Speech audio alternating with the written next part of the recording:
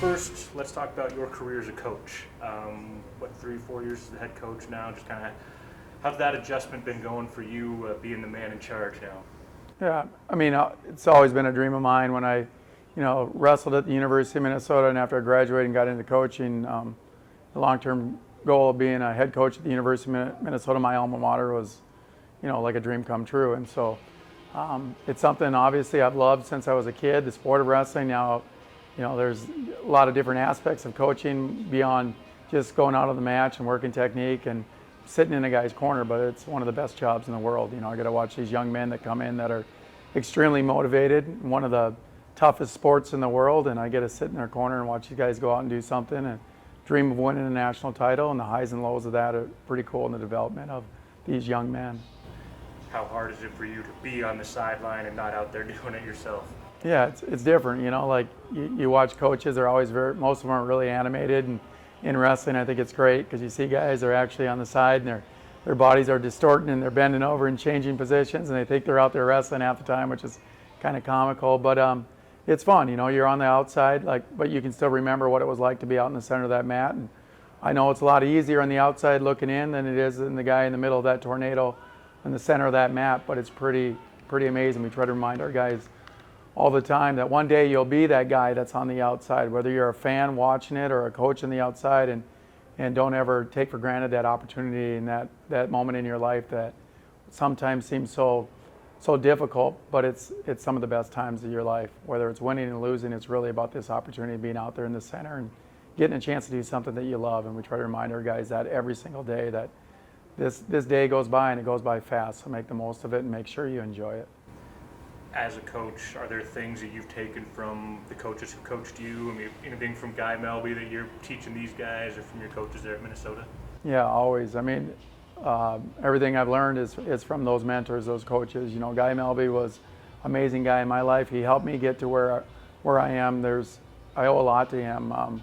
Growing up, just the changes that are going on in your life at the time, he was always somebody that was like a second father to me and helped me with opportunities, whether it's wrestling and camps and then trips overseas and stuff. He was a big part of giving me that exposure and opportunity to continue to grow as a wrestler, and he was right there in my corner. And then, moving on to the coaching staff and Jay Robinson and the coaches at the University of Minnesota. I mean, everything I learned from those guys. The mentality between those two coaches, Jay Robinson and Guy Melby, was very, very similar. Hard work was the key.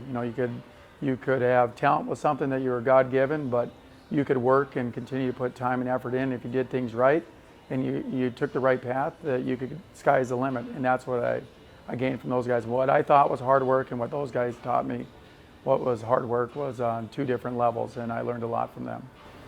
Was there a point growing up, or maybe it was in your college career, where you realized that this is what the path you wanted to be on and this coaching was what you wanted to do? Yeah, I'd say, initially I just, the relationship I had with the coaches was, with the friendship and the mentorship was something that I always cherished and I loved. I don't know if I thought that much about whether I was going to be a college coach or a high school coach or kind of the coaching career when I was competing, but shortly after, after I started training to make the world team and doing some of those things and had the opportunity from Jay Robinson, asked if I wanted to be one of his assistant coaches, and at that moment, it was something that I was like, this is really what I want to do. And so I loved it. It was a lot of, I was fortunate to be able to start at the ground level and continue to work in all positions. And as a head coach now, it's kind of nice to know that looking back, I was able to do everything from the grunt work of going and getting the groceries and all the little things to, now at the top level where you're doing a lot of different things. It changes, the administrative part of it and some of those things. What I thought a head coach would be doing and what you actually do as a head coach was a little bit different, but it's been great. Let's go back to when you were competing. Is there a moment that stands out to you as this was the pinnacle of my wrestling career, or is there something like that where you think this is the best moment of your wrestling career? I mean, at every different stage of your life, I think whether you're a youth wrestler or in high school, there was different moments that I thought this was the pinnacle, and it was kind of awesome because it opened doors for me. But, in high school, it started off thinking about winning a state title, and then during my high school career, I had the chance to compete on some of the national teams. Then it became like I want to be a national champion in high school, and then it was to make a world team, and then it was Now I'm looking at college, and at college it was to win a national title, and it was to make a world team. And so I think in every stage there wasn't just one thing that I thought this is my ultimate goal. You know, I think you had some long-term goals, but in the middle of that, to be successful, you have short-term goals too that kind of keep you on track. And that was probably some of the things that helped me the most. Is I had a long-term vision of going to college and wrestling in college, but I also knew that I had weekly goals and daily goals that I needed to accomplish if I was going to get there. And I was fortunate that I had people around me in Sydney, Montana, that were very supportive and helped keep me on track. And I had the resources and partners when I got to college to help get me to where I wanted to be as well. And The losses are kind of what I want to talk, because you wrestled against arguably the greatest college wrestler of all time in Cael Sanderson, right? What was it like going up against a guy like that and being, at that level where you were, right there as one of the greats? Well, my junior year, going to the NCAA championships, we were number 1 and number 2, and it's something like at that moment, I remember thinking, man, this is everything. Like winning a match, becoming a national champion. This is exactly why I came to the University of Minnesota. This is who I was. It made competing a little bit maybe difficult. I realized later that was what my sole focus was. I went as a junior, I ended up making the NCAA finals, and I lost to Cael Sanderson in that match. And I was devastated. Immediately after that, I thought, man, I got 1 year left. I came here to win a national title. That's what I need to do. I instantly went into training and competing and getting ready for the next year. That year, I lost my youngest sister, in a car accident. And that was like in July.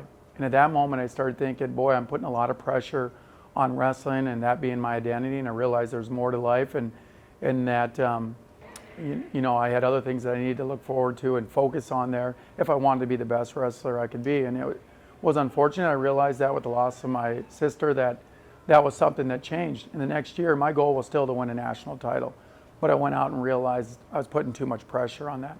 When I started to realize at the end of the day here, I might win, I might lose, but the one thing I had control of was giving my best effort. It changed everything for me.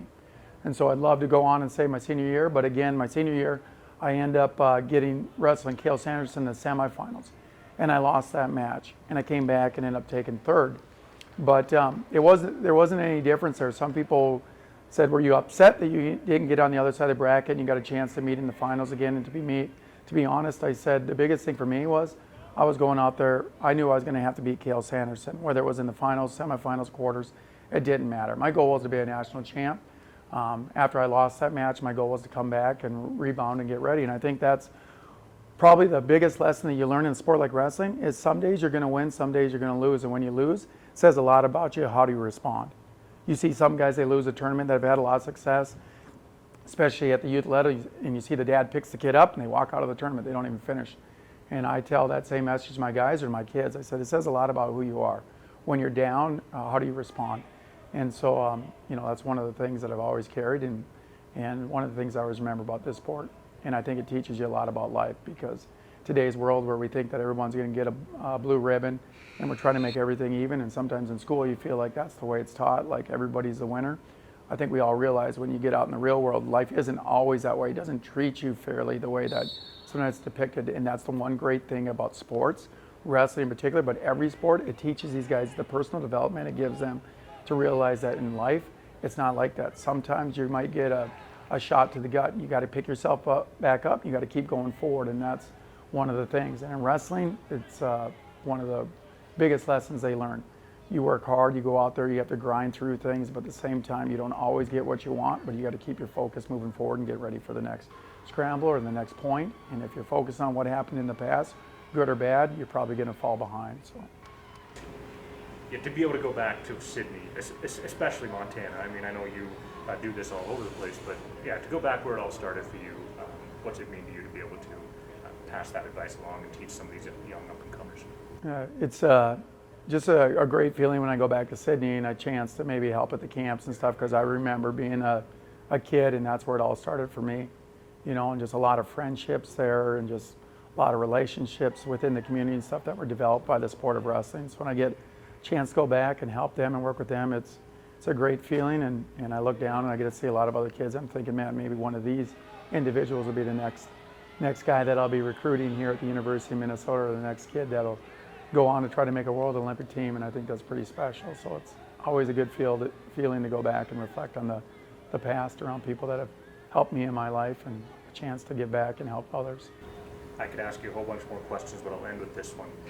Montana produces a ton of Division I wrestlers. A lot of guys come to the Big Ten, where this is the Big Ten wrestling is the equivalent of SEC football. What is it about Montanans that makes them or gives them the potential to wrestle at this level and be good wrestlers at this level? One of the things that I think that helps a lot when you see guys from Montana be successful is the kids that are getting out of there. There's not as many opportunities as there are in states that are more populated and stuff, as far as tournaments and some of those things, and even resources of partners and training. But the guys that are going out and finding that and that are traveling and searching those things out, I mean, these guys have a strong desire inside them to be great. And so I think that's amazing. It is unique when you think about a sport like wrestling that takes so much from an individual. And then you look at the state of Montana, where you maybe don't have as many wrestling opportunities, and the guys that get out of there and the success that they've had, it's pretty unique. And I think it's something that's inside them, that's driven just inside them from when they're kids, looking around saying, this is what I want, I'm going to go out and get it. That's a big part of being successful in the sport, is the mentality and attitude. All right. Is there anything you want to say specifically about your career path? No, just, I guess I'm just really thankful when I reflect back on the state of Montana, just in general, all the support they gave me. And I think it's unique. Like, you grow up in a small community like Montana, but in a sport of wrestling, like the sport of wrestling, even across the country, is just almost such a tight-knit community that wherever you go, you get to walk and talk to people that have the same desires and that have the respect, even though you're out there competing against one another. The respect that you have for them because of what they're going through is universal there. And so, state of Montana, I'm just really thankful for what they've given to me, the support. It continues to come through. I have a ton of friends from Montana, probably over 100 people that are coming to the NCAA championships in Minneapolis this year, and a lot of them, whether they wrestled with me or not, are wearing Gopher stuff when they get there, and I just think that's pretty cool. And it's because of the small tie of being from Montana, them wrestling or I wrestling, or maybe they watched me compete, or they're following another Montana kid, but that's pretty cool. So yeah, I just want to say thank you to the state of Montana for everything you did in my life and continued support.